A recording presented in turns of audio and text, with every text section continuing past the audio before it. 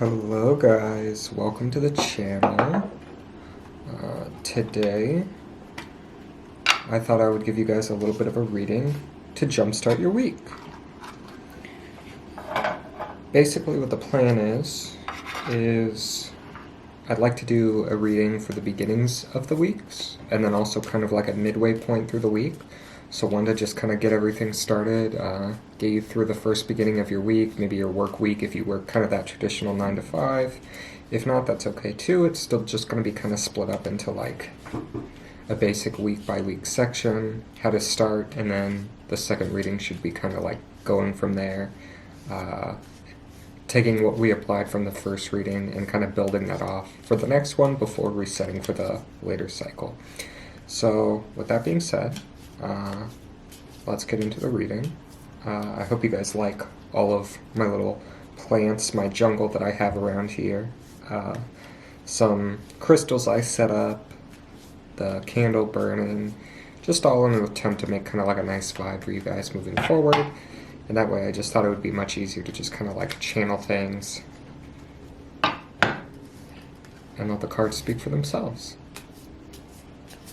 Alright, with that, we're going to draw the first card for kind of the beginning of the week.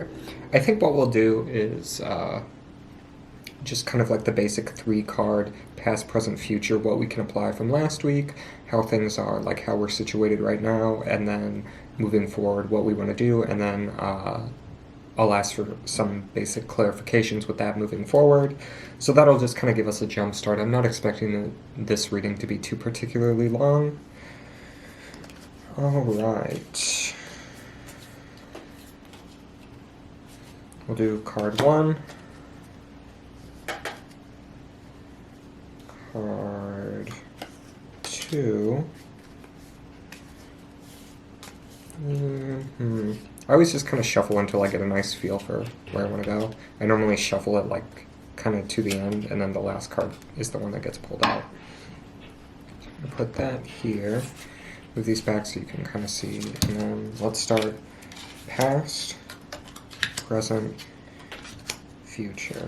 Alright, so we're starting with the past. The past is the Ace of Wands.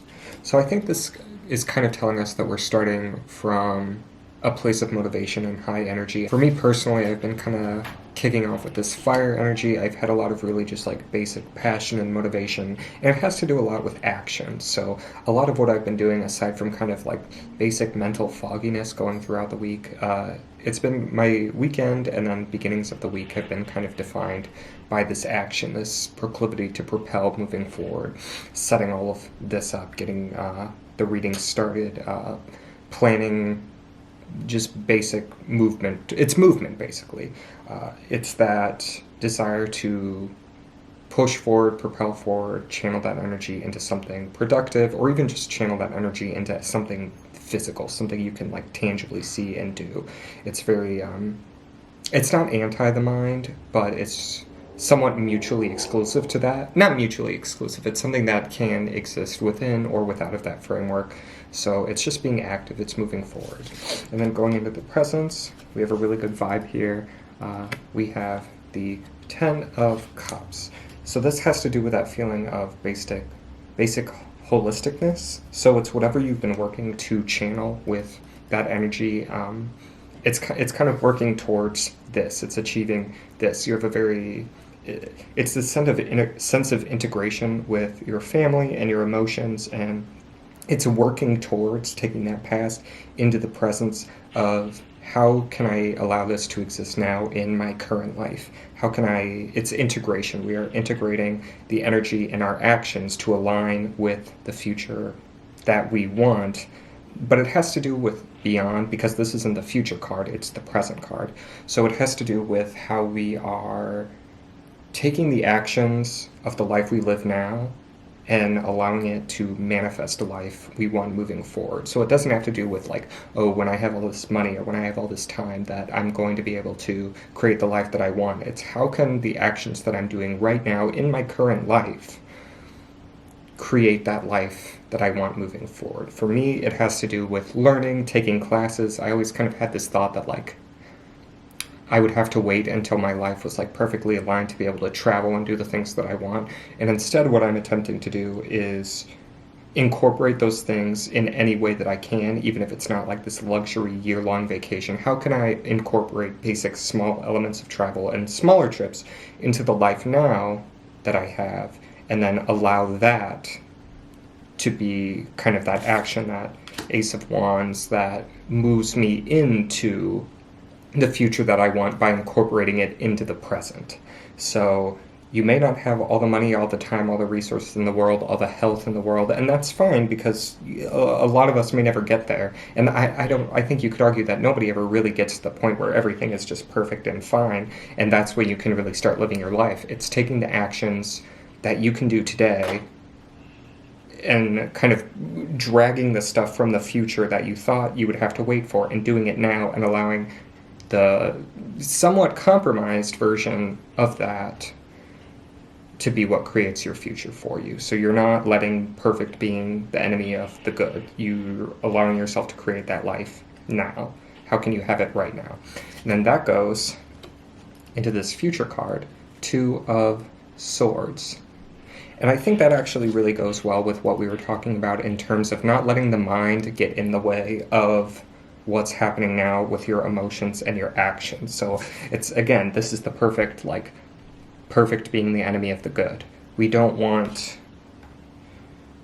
this blind adherence to our own mental faculties and what we think things should look like to get in the way of what we are doing now, what we are building towards that action. So take the energy you can with this Ace of Wands and incorporating that into manifesting the perfect life, and allow it to kind of push you past those mental blockages, because those can be a real pain. Even if there's always going to be times where you feel like you're not living up to the perfect expectations, and that's perfectly fine, but you don't want it to be this kind of like resentful shadow that builds up over time. If you look really closely in this card, you can see kind of the moon behind it, and the moon has a lot to do with the representation of shadow and the mind and the subconscious, and it can really create this like barrier for you. It's not a full moon, it's a very like small crescent moon, so it's not this huge thing.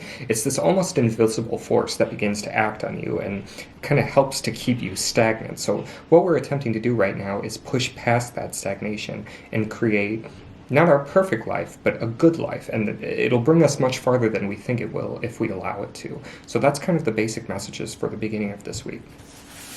I'm going to kind of push these aside, ask for a couple clarifying cards, just like some advice. I think I'll do 2 advices. We won't let this go for too long. I don't want to keep you guys forever, but let's just pull 2 cards for advice, and then we can let that be the basis for our reading for the beginning of the week.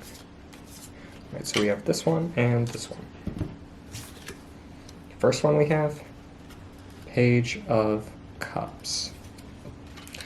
And the second one we have the Fool. So there's a lot of youthful energy.